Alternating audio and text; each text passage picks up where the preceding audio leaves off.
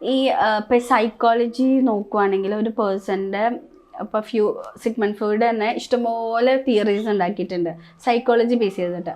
പക്ഷെ അത് പലപ്പോഴും ലോജിക്ക് ആയിട്ടാണെന്ന് തോന്നിയിട്ടുണ്ടോ, അതോ ഇമാജിനേഷൻ വെച്ചിട്ടാണ്? ഇപ്പം പുള്ളിയുടെ തിയറീസ് പലപ്പോഴും നമുക്ക് അക്സെപ്റ്റ് ചെയ്യാൻ ബുദ്ധിമുട്ടുള്ള കുറെ തിയറീസ് ഒക്കെ ഉണ്ട്. അതെല്ലാം എക്സ്പെരിമെന്റൽ അല്ല, എവിഡൻസ് ബേസ്ഡ് അല്ല, കുറെ ഇൻഡ്യൂട്ടീവ് ആയിട്ട് ഡെവലപ്പ് അത് എല്ലാ. പക്ഷെ അത് സയന്റിഫിക് കുറച്ചുകൂടെ സയന്റിഫിക് അപ്രോച്ച് കൊണ്ടുവരുമ്പോൾ അതിന്റെ എവിഡൻസ് കിട്ടും. ഈ പലപ്പോഴും സൈക്കോളജി ബേസ് ചെയ്തിട്ട് വരുന്ന തിയറീസ് ഒക്കെ ഇമാജിനേഷൻ വെച്ചിട്ടായിരിക്കും തുടങ്ങുന്നതെന്ന് തോന്നുന്നു. സൈക്കോളജി സയൻസ് ആണ്, സൈക്കോളജിയിൽ എവിഡൻസ് കിട്ടും, എക്സ്പെരിമെന്റ് ചെയ്യാൻ പറ്റും. ഫിലോസഫിയിലാണ് എക്സ്പെരിമെന്റ് ചെയ്യാൻ പറ്റാത്തത്. ഫിലോസഫി മാത്സിലൊന്നും നമുക്ക് എക്സ്പെരിമെന്റ് ചെയ്യാൻ പറ്റില്ല. സൈക്കോളജി മോർ സയൻസ് ആണ്, അത് ഒരുപാട് എക്സ്പെരിമെന്റ് ചെയ്യാൻ പറ്റും. പിന്നെ ആസ് എ പേഴ്സൺ നിങ്ങൾ എങ്ങനത്തെ ഒരു വ്യക്തിയാണ്? ഞാൻ ബേസിക്കലി ലോജിക്കലി അനാലിസിസ് ആണ്. പക്ഷെ അത് കഴിഞ്ഞ് ഞാൻ മൂവീസിലെ കാണാൻ തുടങ്ങിയപ്പോൾ എനിക്ക് ഇൻഡ്യൂട്ടീവ് ഇമാജിനേഷൻ ഡെവലപ്പ് ചെയ്തു. ഞാൻ ഒരു 800 കോട്ടിൽ ബുക്ക് ചെയ്തിയാണ്, 800 കോട്ടിൽ ബുക്ക്, 1 മണിക്കൂർ 50 കോട്ടിൽ എഴുതിയിട്ടുണ്ട്. അത് പ്യുവർലി ക്രിയേറ്റിവിറ്റിയാണ്. ഇപ്പൊ ആൽബർട്ട് ഐൻസ്റ്റീൻ പറഞ്ഞ ആൾക്ക് ആദ്യം ഈ മാത്സ് ലോജിക്കൽ പുള്ളി ഇമാജിനേഷൻ ഡെവലപ്പ് ചെയ്യണം. രണ്ടും വേണം. ഇപ്പൊ ഈ ലോജിക്കൽ റീസണിങ് അല്ലെങ്കിൽ ലോജിക്കൽ തിങ്കിങ് എന്ന് പറയുന്നത് നമുക്ക് ഒബ്വിയസ്ലി ഈ ബുക്ക് ലേണിംഗ് അല്ലെങ്കിൽ ഇപ്പൊ ഡിസിപ്ലിൻ ആയി പോയാൽ കിട്ടാവുന്ന ഒരു സംഭവമാണ്. നമ്മുടെ എഡ്യൂക്കേഷനിൽ വരുന്ന അതാണ്. അപ്പോൾ നമുക്ക് അത് ഒരു സേഫ് ആയിട്ട് നമുക്ക് പെട്ടെന്ന് അക്വയർ ചെയ്യാൻ പറ്റുന്ന സംഭവമാണ്. പക്ഷെ ഇമാജിനേഷൻ എന്ന് പറയുന്നത് നമുക്ക് എങ്ങനെ അക്വയർ ചെയ്യാൻ പറ്റും? ലാറ്ററൽ തിങ്കിങ് സംഭവം പിന്നീട് ഡെവലപ്പ് ചെയ്യാം. പക്ഷെ ഇമാജിനേഷൻ കുറച്ച് ഗിഫ്റ്റാണ്. ഇമാജിനേഷൻ ഇൻഡ്യൂസ് എല്ലാവർക്കും ഉണ്ടാവണമില്ല, അത് ഗിഫ്റ്റാണ്, ബൈ ബർത്ത് വേണം. പക്ഷെ ലോജിക്കൽ അനാലിസിസ് എല്ലാം പിന്നീട് ഡിസിപ്ലിൻ വഴി മറ്റുള്ള ഡെവലപ്പ് ചെയ്യാം. ഈ ഇമാജിനേഷൻ എന്ന് പറയുമ്പോൾ ഫസ്റ്റ് ഇമാജിനേഷൻ വിഷ്വലൈസേഷൻ വ്യത്യാസമുണ്ട്. ഇമാജിനേഷൻ പുതിയതായിട്ട് ഐഡിയ ഉണ്ടാകും, അത് അങ്ങനെ ഉണ്ടായ ഐഡിയ പിന്നെ കാണാനാണ് വിഷ്വലൈസേഷൻ. ഒരു സ്ക്രിപ്റ്റ് റൈറ്ററിന് വേണ്ട ഇമാജിനേഷൻ ആണ്, ഒരു ഡയറക്ടറിന് വേണ്ട വിഷ്വലൈസേഷൻ ആണ്. ഇമാജിനേഷന്റെ ഫസ്റ്റ് സ്റ്റെപ്പാണ് തിങ്കിങ് പവർ എന്ന് പറയുന്നത്. പക്ഷെ നമ്മുടെ യൂത്തിന് പലപ്പോഴും തിങ്കിങ് എല്ലാം ഉണ്ട്. ലോജിക്കൽ തിങ്കിങ് ഉണ്ട്, അനാലിറ്റിക്കൽ തിങ്കിങ് ഉണ്ട്, തിങ്കിങ് എല്ലായിടത്തും ഉണ്ട്.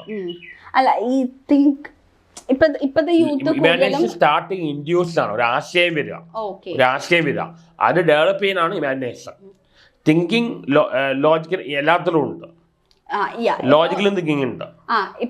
ഈ ലോജിക്കൽ തിങ്കിങ് ആണെങ്കിൽ ഇമാജിനേഷൻ ബേസ് ചെയ്തിട്ടാണെങ്കിലും ഈ തിങ്കിങ് പവർ അല്ലെങ്കിൽ ഈ ബുക്ക് ഫീഡ് ലൈക്ക് നമ്മൾ ഒരു സ്പൂൺ ഫീഡിങ് പോലെ അല്ലാണ്ട് തിങ്കിങ് പവർ യൂത്തിൽ ഇപ്പം ഉണ്ടെന്ന് തോന്നുന്നുണ്ടോ? ലൈക്ക് എന്തെങ്കിലും ആലോചിച്ച് സ്വയം ചെയ്യാനുള്ള ഒരു കഴിവ് നമ്മുടെ കോൺവെന്റ് എഡ്യൂക്കേഷനിലെ ഓർ സ്പൂൺ ഫീഡിങ് ആണ്. പക്ഷേ ഇപ്പോൾ അമേരിക്കയിൽ മറ്റേ ലേണിംഗ് തിങ്കിങ് പറഞ്ഞാൽ പ്രോജക്റ്റ് വെച്ച് ചെയ്യുമ്പോൾ നമ്മൾ ശരിക്കും നമ്മൾ തന്നെ ചിന്തിക്കണം. ഇപ്പോൾ അവിടെ സ്പൂൺ ഫീഡിങ് അല്ല, അവിടെ നമ്മൾ തന്നെ ഡെവലപ്പ് ചെയ്യണം. ടീച്ചേഴ്സ് പറഞ്ഞൊന്നും തരില്ല, ബേസിക് കാര്യം പറഞ്ഞു തരുള്ളൂ, ബാക്കിയെല്ലാം നമ്മൾ തന്നെ ഡെവലപ്പ് ചെയ്യണം. ഇപ്പം റിസർച്ച് ചെയ്യുന്ന ഒരു വ്യക്തി എന്ന നിലയിൽ എന്താണ് പറയാനുള്ളത്? റിസർച്ചിൽ മോർ സ്കോളർലി ആണ്. ക്രിയേറ്റിവിറ്റി വേണം, ക്രിയേറ്റീവ് വർക്കാണ് പറയും, രണ്ടും വേണം. നമ്മൾ സ്കോളർലി അപ്രോച്ചാണ് കൂടുതലും. പക്ഷെ പുതിയതായി പക്ഷെ ഭയങ്കര റെവല്യൂഷണറി തോട്ടൊന്നും ഇല്ല. ഇപ്പോൾ എന്തുകൊണ്ട് ആൽബർട്ട് ഐൻസ്റ്റീൻ റെവല്യൂഷൻ ചിന്തിക്കാൻ കാരണം, ബിക്കോസ് നമ്മൾ അക്കാഡമിക്സിൽ പി എച്ച് ഡി ചെയ്യുമ്പോൾ നമ്മൾ സേഫ് ടോപ്പിക് എടുക്കുന്നു. ഐൻസ്റ്റീൻ അക്കാഡമിക്സ് പുറത്ത് ചെയ്തുകൊണ്ടാണ് ഇത്ര റെവല്യൂഷൻ ചിന്തിച്ചത്. അപ്പോൾ ക്രിയേറ്റിവിറ്റി വേണം, പക്ഷേ ക്രിയേറ്റിവിറ്റി മാത്രമല്ല. ഇപ്പോൾ ഇങ്ങനെ ഏറ്റവും കൂടുതൽ ക്രിയേറ്റിവിറ്റി വേണ്ടത് മൂവീസിൽ മറ്റേക്കാണ്. എല്ലാത്തിനും വേണം, മാത്സ് ആയാലും സയൻസ് ആയാലും എല്ലാത്തിനും. ഏത് ഫീൽഡ് ആണെങ്കിലും പുതിയതായിട്ട് ഉണ്ടാക്കണമെങ്കിൽ ക്രിയേറ്റിവിറ്റി വേണം. ഏത് ഫീൽഡാണെങ്കിൽ അത് സാധാരണ ക്രിയേറ്റീവ് ആൾക്കാർ വരയ്ക്കുക, പാട്ട്, പെയിന്റിങ്, അത് മാത്രമല്ല, സയൻസ് മാത്സ് എല്ലാ ഫീൽഡിലും ക്രിയേറ്റീവ് ആണ്. പുതിയതായിട്ട് എന്തുണ്ടാവണമെങ്കിൽ ക്രിയേറ്റിവിറ്റി വേണം. പക്ഷെ നമ്മുടെ ഇന്ത്യൻ പേരൻസ്, എസ്പെഷ്യലി മലയാളി കേരളത്തിലെ പേരൻസ് ഒന്നും ക്രിയേറ്റിവിറ്റി അങ്ങനെ എൻകറേജ് ചെയ്യാറില്ല. അങ്ങനെ ഔട്ട് ഓഫ് ബോക്സ് തിങ്കിങ് ഒന്നും എൻകറേജ് ചെയ്യാറില്ല. അവർ നമ്മളുടെ പഠിത്തത്തിലാണ് ഇമ്പോർട്ടൻസ്. പഠിത്തം പറഞ്ഞാൽ നമ്മൾ പഠിക്കുമ്പോഴും വായിക്കുമ്പോഴും വേറൊരാളുടെ ഐഡിയ എടുക്കണം. നമ്മൾ സ്വന്തമായി ചിന്തിക്കുമ്പോഴാണ് പുതിയ ഐഡിയാസ് മനോഭാവം. ഇന്ത്യൻ പാരന്റ്സിൽ എന്തുകൊണ്ടായിരിക്കും അങ്ങനെ ഒരു മനോഭാവം?